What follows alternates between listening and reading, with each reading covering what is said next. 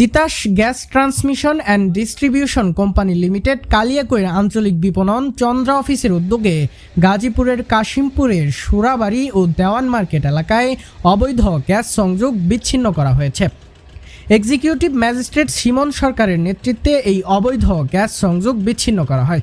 এ সময় অবৈধ গ্যাস ব্যবহারের দায়ে 160 বাড়িতে 420টি চুলার সংযোগ বিচ্ছিন্ন করা হয়।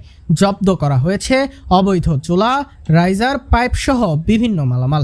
এ সময় আরও উপস্থিত ছিলেন ব্যবস্থাপক প্রকৌশলী আসাদুজ্জামান আজাদ, উপব্যবস্থাপক প্রকৌশলী তৌহিদুল আরিফিন, উপসহকারী প্রকৌশলী নূর নবী, উপসহকারী প্রকৌশলী আসাদ হাওলাদার, উপসহকারী প্রকৌশলী আতাউর রহমান সহ অন্যান্য কর্মকর্তা ও কর্মচারীগণ। আব্দুর রাজ্জাক রাজু এর তথ্যচিত্রে মোহাম্মদ ইমন হোসেন, চ্যানেল 21, গাজীপুর।